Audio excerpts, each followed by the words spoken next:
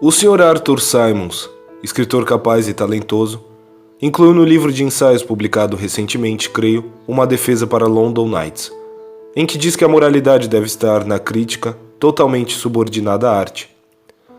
E usa o argumento um tanto singular de que a arte ou culto à beleza é o mesmo em todos os tempos, ao passo que a moralidade difere em tudo em todas as eras. Parece desafiar os críticos ou os leitores a mencionar qualquer característica ou qualidade permanente da ética.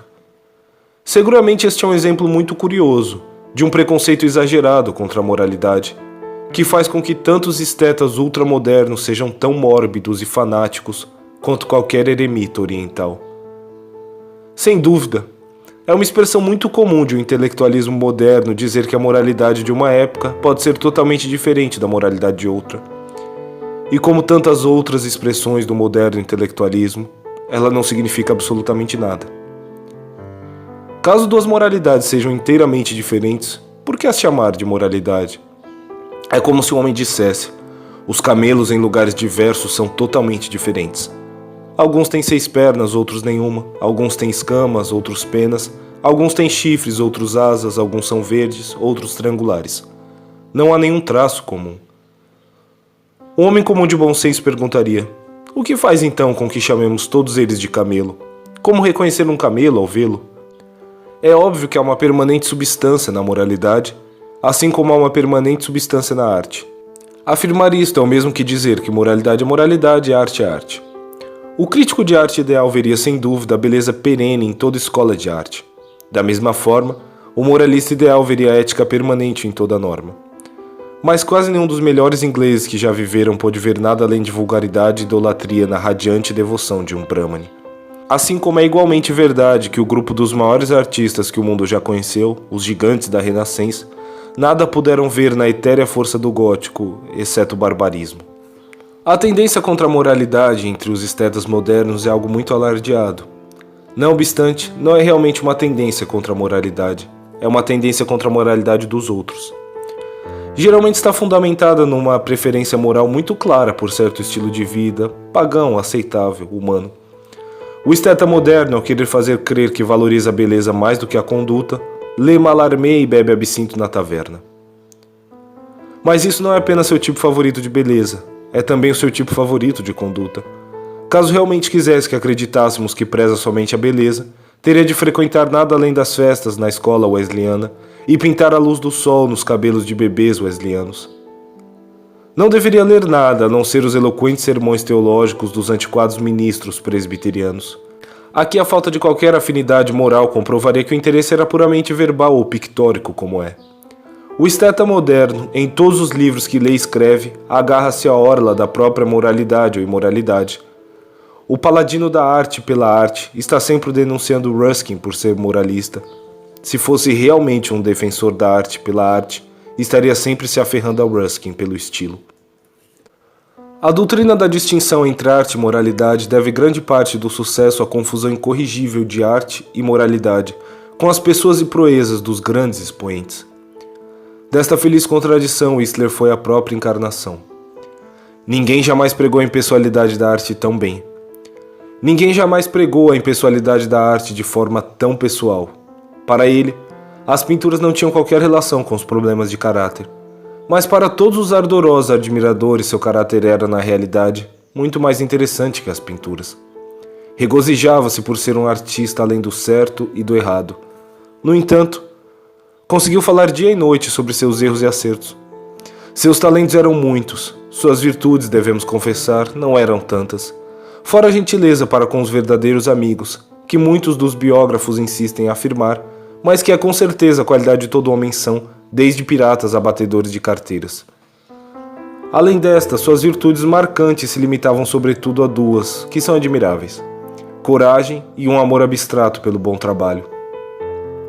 Contudo, suponho que usufruiu mais dessas últimas virtudes que de todos os talentos. Um homem deve ter algo do moralista caso deseje fazer pregações, ainda que deva proclamar imoralidades. O professor Walter Raleigh, em seu In Memoriam James McNeill Whistler, insiste o suficiente no forte traço de uma excêntrica honestidade em questões estritamente pictóricas, que perpassavam seu caráter complexo e um tanto confuso. Preferiria destruir qualquer dos quadros a deixar um toque descuidado ou inexpressivo dentro dos limites da moldura. Preferia recomeçar o quadro centenas de vezes a tentar remendá-lo para fazer parecer melhor do que era. Ninguém culpará o professor Raleigh, que teve de ler um tipo de oração funeral para Whistler na abertura da exposição em memória do pintor, por ter se limitado naquela situação principalmente aos méritos e às mais salientes qualidades do indivíduo. Naturalmente, escolheríamos outro tipo de composição para considerar apropriadamente as fraquezas de Whistler, mas estas nunca devem faltar na visão que dele temos. De fato, a verdade é que não é tanto uma questão de fraquezas de Whistler, mas da fraqueza primária e intrínseca de Whistler. Era um daqueles indivíduos que vivem conforme as emoções, sempre cheios de vaidade. Portanto, não tinha forças para desperdiçar. Portanto, não tinha nenhuma bondade, nenhuma genialidade. Pois a genialidade quase pode ser definida como um desperdiçar de forças.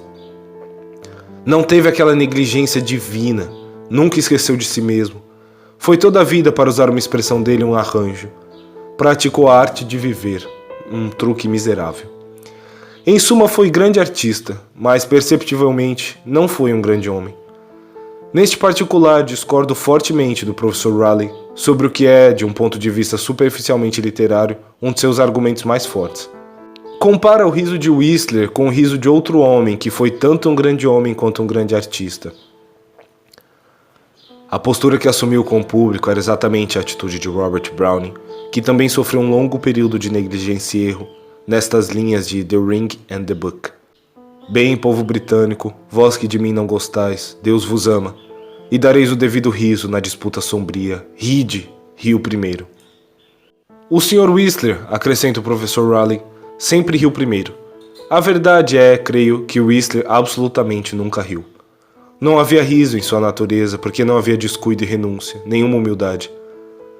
Não posso entender que alguém leia A Nobre Arte de Fazer Inimigos e pense que exista riso nesse juízo. Sua argúcia é uma tortura. Whistler se contorce em venturosos arabescos verbais. Está cheio de um zelo brutal. Está inspirado de toda a seriedade da malícia sincera. Prejudica-se para ferir o oponente. Browning sorria, porque Browning não se importava. Browning não se importava porque Browning era um grande homem. E quando Browning disse, entre parênteses, ao povo simples e sensato que não gostava de seus livros, Deus vos ama, ele não estava de forma alguma escarnecendo, estava sorrindo, o que equivale a dizer que estava sendo sincero. Há três classes diferentes de grandes satiristas que também são grandes homens, isto é, três classes de grandes homens que podem rir de tudo sem perder a alma.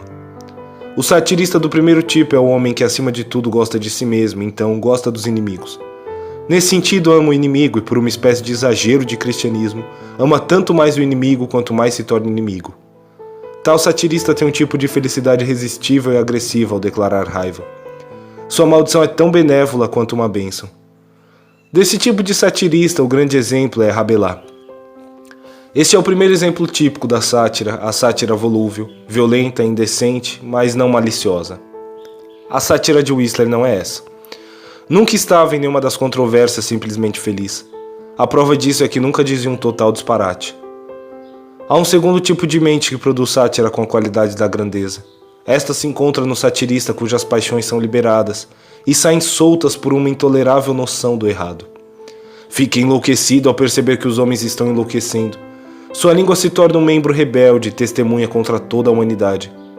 Tal homem foi Swift, em que a indignação era uma amargura para os demais, porque era uma amargura consigo mesmo. Whistler não era tal satirista, não ria porque estava feliz, como Rabelais, todavia também não ria por ser infeliz, como Swift. O terceiro tipo de grande sátira é aquela em que o satirista é capaz de se pôr acima da vítima, na única acepção séria que a superioridade pode suportar. O da piedade ao pecador e do respeito ao homem, mesmo ao satirizar ambos. Tal realização pode ser encontrada no Áticos de Pope, um poema em que o satirista sente que está satirizando fraquezas que pertencem especialmente ao gênio literário. Por isso sente prazer em assinalar os pontos fortes do inimigo antes de ressaltar as fraquezas. Esta é talvez a mais alta e mais honrosa forma de sátira. Esta não é a sátira de Whistler. Ele não está repleto de uma grande dor pelos erros da natureza humana. Para ele o mal é totalmente feito para si mesmo. Não foi uma grande personalidade, porque pensava demasiadamente em si mesmo. E a situação é ainda mais grave. Por vezes não foi nem mesmo um grande artista, porque pensava demasiadamente na arte. Qualquer homem que possui um conhecimento vivaz da psicologia humana deve suspeitar profundamente de quem quer que se alegue artista e fale muito sobre arte. A arte é uma coisa boa e humana, como andar ou rezar, mas no momento em que começa a ser discutida muito solenemente, podemos estar certos de que a coisa se tornou uma obstrução e um tipo de dificuldade. O temperamento artístico é uma doença que aflige amadores. É uma doença que surge nos homens que não têm suficiente poder de expressão para articular e se livrar do elemento da arte em seu ser. É saudável todo homem sadio expressar a arte que tem dentro de si. É essencial todo homem sadio se livrar da arte que traz dentro de si a qualquer custo. Os artistas de grande e saudável vitalidade se livram de sua arte facilmente, tal como respiram ou transpiram. Mas nos artistas de menor força, a coisa se torna uma pressão e produz uma dor bem definida, chamada de temperamento artístico. Assim, grandes artistas são capazes de ser homens comuns, homens como Shakespeare ou Browning. Há muitas tragédias do temperamento artístico verdadeiras, tragédias de vaidade, violência ou medo. Mas a grande tragédia do temperamento artístico é que não consegue produzir arte. Whistler conseguiu produzir arte, e neste aspecto foi um grande homem. Mas não conseguia esquecer a arte, e neste outro aspecto foi apenas um homem com temperamento artístico. Não pode haver maior manifestação de um homem que é realmente um grande artista do que o fato de poder repudiar o assunto da arte, de poder em certas ocasiões desejar que a arte esteja no fundo do mar. Do mesmo modo, sempre tendemos a confiar mais no advogado que não fale de alienações de títulos legais numa degustação de vinhos e queijos. O que realmente aspiramos de todos os que conduzem a algum negócio é que a força integral do homem comum seja dedicada àquele estudo particular. Não desejamos que a força integral de tal estudo seja dedicada ao homem comum. Não desejamos, de forma alguma, que nossa ação judicial particular manifeste sua força na brincadeira do advogado com os filhos, ou nos passeios de bicicleta, ou que invada suas meditações sobre a estrela da manhã. Todavia, desejamos de fato que as brincadeiras com os filhos, os passeios de bicicleta e as meditações sobre a estrela da manhã manifestem algo de sua força em nossa ação judicial. Desejamos que, caso tenha adquirido qualquer melhoria pulmonar nos passeios de bicicleta, ou sido iluminado por quaisquer metáforas brilhantes e encantadoras pela estrela da manhã, que isso seja colocado à nossa disposição naquela determinada controvérsia forense. Em suma, ficamos gratos que seja um homem comum, visto que isso pode ajudá-lo a ser um advogado excepcional. Whistler nunca deixou de ser um artista. Como observou o Sr. Max Beerbohm, numa de suas extraordinárias críticas sinceras e sensatas, Whistler realmente considerava Whistler como seu maior trabalho artístico. As mechas de cabelos brancos, o monóculo, o notável chapéu, estes lhe eram mais caros que quaisquer dos noturnos ou dos arranjos. Podia se livrar dos noturnos, mas não do chapéu. Nunca se livrou daquele acúmulo desproporcional de estetismo que é o fardo de todo amador. Desnecessário dizer é que essa é a explicação verdadeira do que confundiu tantos críticos diletantes, o problema da extrema normalidade de comportamento de tantos grandes gênios da história. O comportamento deles era tão comum que não foi feito nenhum registro. Por conseguinte, era tão comum que parecia misterioso. Assim, algumas pessoas dizem que Bacon escreveu as peças de Shakespeare. O temperamento artístico moderno não consegue entender como alguém que tenha escrito poemas líricos como escrevera Shakespeare pudesse ser tão habilidoso quanto Shakespeare nos negócios na cidadezinha de Warwickshire.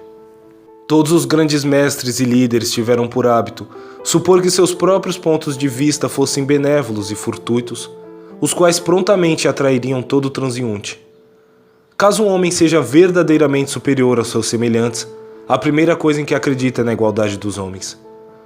Podemos ver isso, por exemplo, na estranha e inocente racionalidade com que Cristo se dirigia a qualquer variegada multidão que se reunia em torno dele. Que vos parece? Se um homem possui 100 ovelhas e uma delas se extravia, não deixa ele as 99 nos montes e vai à procura da extraviada? Ou ainda, quem dentre vós dará uma pedra a seu filho, se este lhe pedir pão? Ou lhe dará uma cobra, se este lhe pedir peixe? Essa simplicidade, essa camaradagem quase banal, é a nota de todos os grandes intelectos. Para as inteligências muito grandiosas, as coisas sobre as quais os homens concordam são incomensuravelmente mais importantes do que as coisas sobre as quais discordam, as quais, para efeitos práticos, desaparecem. Trazem em si muito de um antigo riso, até mesmo para tolerar discutir sobre a diferença entre os chapéus de dois homens nascidos de mulher ou sobre a cultura sutilmente diferente dos homens que hão de morrer. O grande homem de primeira classe é igual a qualquer homem, como Shakespeare. O grande homem de segunda classe fica de joelhos perante os outros, como Whitman. O grande homem de terceira classe é superior aos outros, como Whistler.